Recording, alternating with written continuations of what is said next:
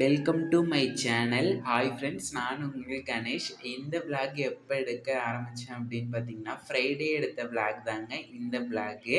காலைல ஒரு 5:45லேருந்து நான் ஈவினிங் வரைக்கும் நான் என்னென்ன வேலை செய்கிறேன், டே எனக்கு எப்படி போகுதுன்னு சொல்லிட்டு தான் இந்த விளாகில் பார்க்க போகிறோம். வீடியோ எப்படி வரும்ன்ட்டு எனக்குமே தெரிலங்க. வாங்க வீடியோக்குள்ளே போகலாம். காலைல வந்ததுமே ஃபஸ்ட்டு பார்த்திங்கன்னா, நம்மளோட கண்ணுக்குட்டி ஃபேஸில் தாங்க முழிப்போமே. கண்ணுக்குட்டியை தான் ஃபஸ்ட்டு பார்ப்போம். அதுக்கப்புறம் பார்த்திங்கன்னா, ஒரு 6 மணியை பக்கம் லைட்டாக அப்படியே வெளிச்சம் வர ஆரம்பிச்சுதுங்க. அந்த சவுண்டை மட்டும் நான் உங்களுக்கு கொடுக்குறேன். எப்படி இருக்குன்னு பாருங்கள். அப்படியே மைண்டே பார்த்திங்கன்னா ரிலீஸாக ஒரு மாதிரி பீஸ்ஃபுல்லாக இருக்கும். அப்படியே நான் ஒரு அரை மணி நேரம் அப்படியே நான் உட்காந்துருவேங்க. வந்து உட்காந்தோம் அப்படின்னு பார்த்திங்கன்னா, அப்படியே ஒரு மாதிரி ரிலாக்ஸ்டாக இருக்கும் மைண்டுக்கு.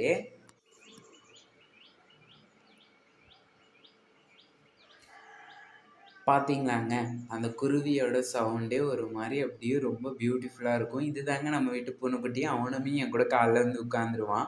அப்படியே பார்த்தீங்கன்னா, மாடுங்களுக்கு சரி மாட்டை ஊற்றி வெளில கட்டிட்டு வைக்கெல்லி போட்டுடலாமேன்னு சொல்லிட்டு தான் மாடிக்கு வந்திருக்கேன்னு பார்க்காதீங்க. வெக்கைக்கட்டு வந்து மாடிக்கு நாங்கள் மாற்றிட்டோம். ரீசன் என்னான்ட்டு இந்த வீடியோவில் சொல்கிறேன் வாங்க. இந்த கோழிங்கெல்லாம் இப்போ எதுக்காக இங்கே நிற்கிதுங்கன்னா, அந்த பெலாமரத்தில் தான் அடையுதுன்னு சொல்லிட்டு நான் நிறைய தாட்டி சொல்லியிருப்பேன். அந்த பெலாமரத்தில் தான் வந்துட்டு அப்படியே இப்போ தான் ஒரு 6, 6:15 ஆகுதுங்க. அப்படியே கீழே இறங்கி இப்போ தான் ஒன்று ஒன்றா வராங்க. அங்கே வந்தோடனே அந்த வைக்கோல கொஞ்சம் சீச்சு அதில் கொஞ்சம் மேய்ஞ்சிட்டு தாங்க அவங்க பார்த்திங்கன்னா கீழேயே வருவாங்க. கரெக்டாக நானுமே வைக்க எடுக்கலாமேன்னு வந்தேன். எல்லாம் வைக்கோல எப்படி சீச்சு வச்சுருக்காங்கன்னு மட்டும் பாருங்கள். இந்த பெலாமரத்தில் தான் அவங்க பார்த்திங்கன்னா அடையிறது. இன்னும் கொஞ்ச நாள் போயிடுச்சுன்னா இந்த வைக்கோல்லே பார்த்திங்கன்னா முட்டை விடவும் ஆரம்பிச்சிருவாங்களா என்னன்னு தெரியல. அந்த நிலா கூட இன்னும் மறையில பாருங்கள். அப்படியே கொஞ்ச நேரம் மேலே வந்துட்டு இருந்தாங்க.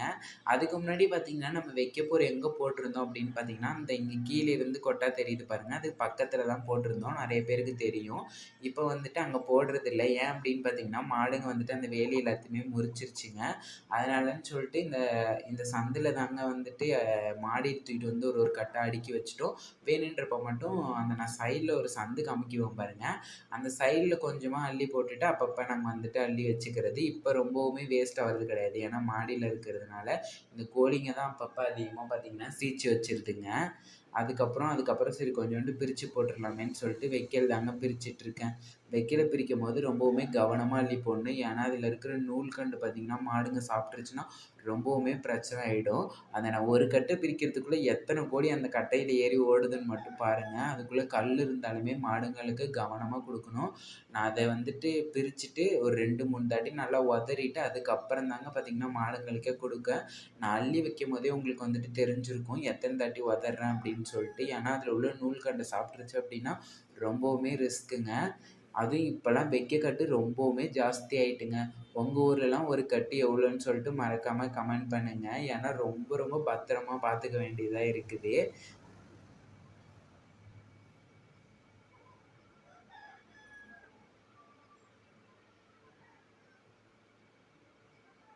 அப்படியே அழுத்தி போய் சைட்லேயுமே போட்டேங்க. இந்த சந்தை வந்து நான் காமிச்சிருப்பேன்னு நினைக்கிறேன் ஆல்ரெடி. நிறைய பேருக்கு ஞாபகம் இருக்கும்னு நினைக்கிறேன். கரெக்டாக அந்த லாஸ்ட் காமிக்கிறேன் பாருங்க. அதில் தான் நம்ம வந்துட்டு மாடு கட்டி போடுவோம். இந்த சந்தில் அள்ளி போட்டோம் அப்படின்னு பார்த்தீங்கன்னா, மாடுங்களுக்கு அள்ளி வச்சுட்டு மிச்சம் வைக்கல் போக கன்றுக்குட்டி எல்லாமே வந்துட்டு சாப்பிட்டு போயிடுங்க. அதுக்கப்புறம் பார்த்திங்கன்னா, நம்மளோட பெலாமரம் தாங்க. கோழிங்க அடையுதுன்னு சொல்லியிருந்தேன்னா, அது இந்த பெலாமரம் தான். இப்போ பார்த்தீங்கன்னா, சரியாந்திர காய வச்சுருக்குங்க. இந்த ஷார்ட் வீடியோவிலே நான் வந்துட்டு போடலான்னு தான் நினச்சேன். என்னாட்டி ஷார்ட் வீடியோவில் போட முடியல. சரி லாங் வீடியோவிலுமே சொல்லிடலாமேன்ட்டு. அவ்வளோ காய வச்சுருக்குங்க. நிறைய காய வச்சுருக்கு இந்த தாட்டி பார்த்திங்கன்னா. எப்போதுமே நான் நிறைய வீடியோவில் சொல்லியிருப்பேன் போன தாட்டி சீசன் வந்துச்சுன்னா நிறைய காய வைக்கணும் அப்படின்னு சொல்லிட்டு. சின்ன பிள்ளையில எங்கள் பெரியம்மா வந்துட்டு சொல்லி கொடுத்துருக்காங்க. பெலக்காயை பார்த்து கை நீட்டக்கூடாது அப்படின்னு சொல்லிட்டு தெரியாதனமும் வர கை நீட்டிட்டேங்க. அப்புறம் 3 தாட்டி கையை கடிச்சிப்பேன் நானே.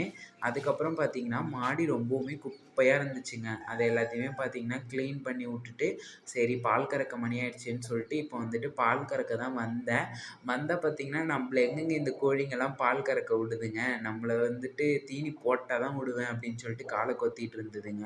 கன்றுக்குட்டி வந்து நான் வீடியோ எடுக்கும்போது பால்லாம் இருந்ததுனால சரி பொறுமையாக கறந்துக்கலாமேன்னு சொல்லிட்டு நானுமே விட்டுட்டேங்க. நல்லாவே பார்த்திங்கன்னா விழுந்துருச்சு.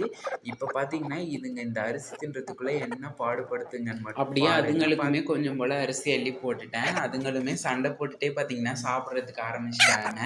எப்போதுமே நம்ம வீட்டு ராணி தாங்க, பெரிய கோழி தான்.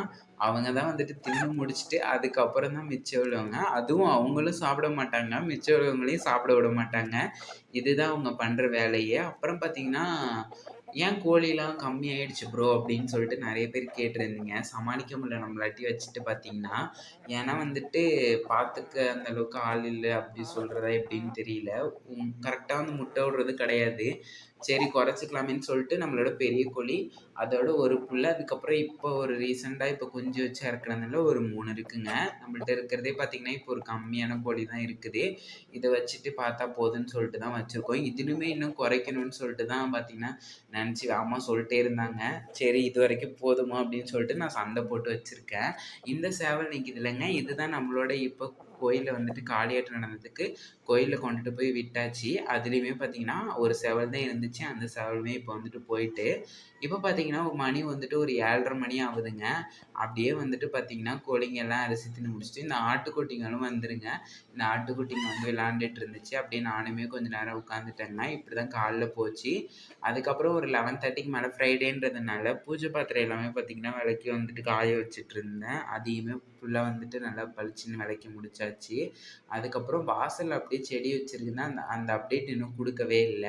இந்த துளசியும், இந்த கற்பூரவள்ளியும் பார்த்தீங்கன்னா, சின்ன செடியா வச்சிருந்தேன். பழைய ஷார்ட்ஸ்ல போய் பார்த்தீங்கன்னா தெரியும். நான் வைக்கும்போது வந்துட்டு வீடியோ போட்டிருக்கேன். அது எவ்ளோ வளர்ந்திருக்கு பாருங்க. அவ்ளோ இது உடைச்சு தூக்கி போட்டாலுமே மறுபடியும் வளர்ந்துட்டே தான் இருக்கு இந்த கற்பூரவள்ளி, துளசியுமே. சரி வீட்டுக்கு நல்லது தான்னு சொல்லிட்டு நானுமே விட்டுட்டேங்க. கத்தாழையுமே அந்த மாரி தான். இப்போ வர வெயில் அதிகமா இருந்துச்சுனால தண்ணி ஊத்த வேண்டியதா இருக்குங்க டெய்லிக்கும். அப்படியே அது எல்லாத்தையுமே முடிச்சுட்டு, மதியம் பார்த்தீங்கன்னா, சாப்பிடுறதுக்கு எல்லாமே எடுத்துட்டு வந்து வச்சு, எப்போதுமே நம்ம வீட்ல எல்லாருமே சேர்ந்து சாப்பிட்டு தாங்க பழக்கம். அதுக்கப்புறம் பார்த்தீங்கன்னா, சாப்பிட்டு கரெக்ட்டா முடிக்கவுமே மணி 3:30, 4 மணி ஆயிடுச்சு. அப்படியே பார்த்தீங்கன்னா, பால் எல்லாமே கறந்து முடிச்சுட்டு, அப்படியே பார்த்தீங்கன்னா, அ ஈவினிங் ஒரு 5:00 ஆயிடுச்சுங்க. மாடு எல்லாத்தையுமே அவுத்து விட்டுட்டு, கட்டுத்தரைய கிளீன் பண்ணி முடிக்கிறதுக்கே. இப்படி தாங்க டே போயிட்டுருக்கும். சில டேஸ்ல பார்த்தீங்கன்னா, 1, 2 டேஸ்ல மட்டும் தான் மாறும். மத்தபடி பார்த்தீங்கன்னா, டெய்லி ரொட்டீன் இதுங்களோட இப்படியே தான் ஜாலியா எனக்கு போயிட்டுருக்குங்க. இந்த இந்த மாரி டே லைஃப் உங்களுக்கு புடிச்சிருக்கா இல்லையான்னு சொல்லிட்டு மறக்காம கமெண்ட் பண்ணுங்க. உங்க டே எந்த மாரி போகும்ன்னு சொல்லிட்டு மறக்காம கமெண்ட் பண்ணுங்க. இதுல எல்லாத்தையும் பத்தியுமே நான் ஒரு கிளியரன்ஸ் குடுத்துருப்பேன்னு நெனைக்கிறேன். வேற ஏதாச்சும் டவுட் இருந்துச்சு அப்டின்னா கமெண்ட் பண்ணுங்க. நெக்ஸ்ட் என்ன லாங் வீடியோ வேணும் அப்டின்னு சொல்லிட்டு கமெண்ட் பண்ணுங்க. வீடியோ புடிச்சிருந்தா மறக்காம ஒரு லைக் பண்ணிட்டு, ஷேர் பண்ணிட்டு கமெண்ட் பண்ணுங்க. டாட்டா, பாய் பாய். நெக்ஸ்ட் ஒரு வீடியோல சந்திக்கலாம். டாட்டா.